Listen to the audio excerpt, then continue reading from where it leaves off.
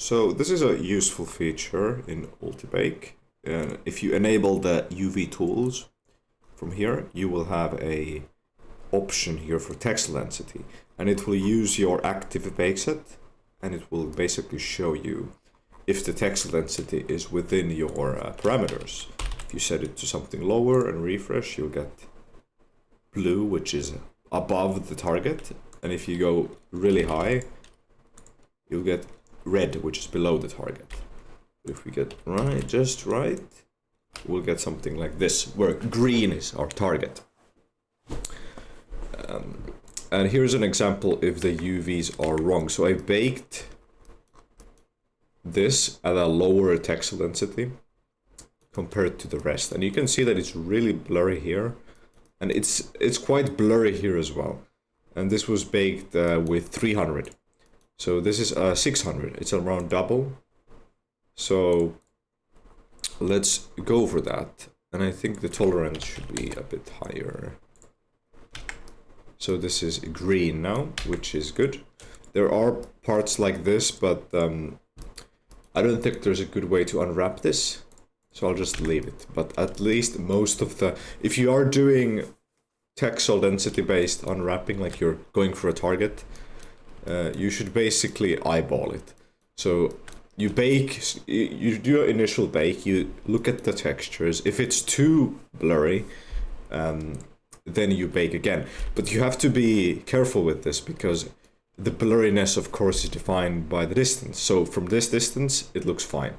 But here, it's too blurry. So if your game has the character go really close to a prop, then you might have to have a higher Texel density. But if it's like a background prop or something in a cutscene that you don't really get close, then you can have a lower Texel density. So that's how you figure out what value you're going for. And I think 600, because I think I said something like this. It has to look good from this distance.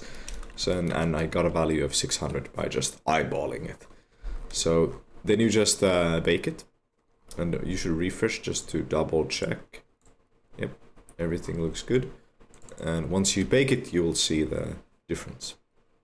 So once it's done, you can just finalize, and you will immediately see the higher resolution here.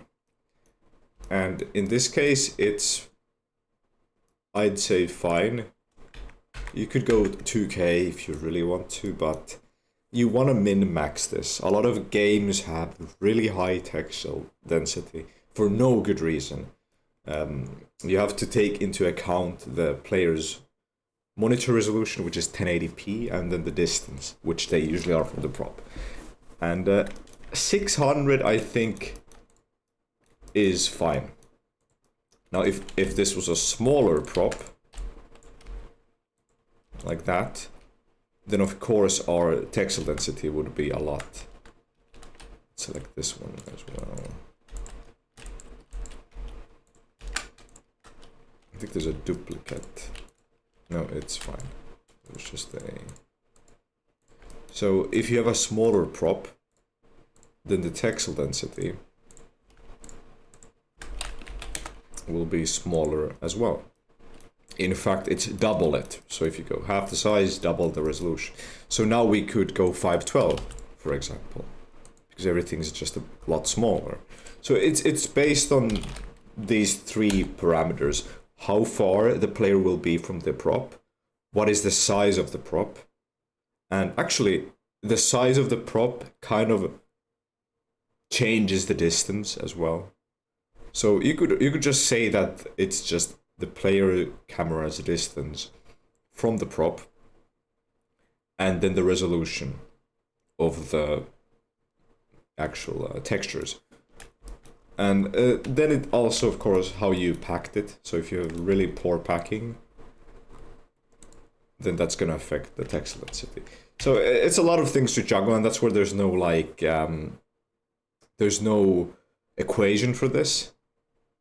Not really. Because it's there's so many parameters, so you just gotta eyeball it. So this method where you just bake it once, and then you look at this from the distance you would expect your players to look at the prop from, and then you do a mental, question. Is this good enough? If it's not, increase it. If it's good enough, then you can even decrease it, because you want to minimize the amount of like if we go here, it's 24 megabytes.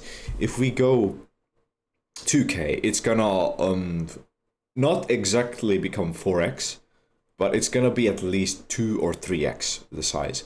And if you have like hundreds of props in your game, that's how you get like 10 gigabyte games. Like, this is something a lot of people who make props they don't really notice.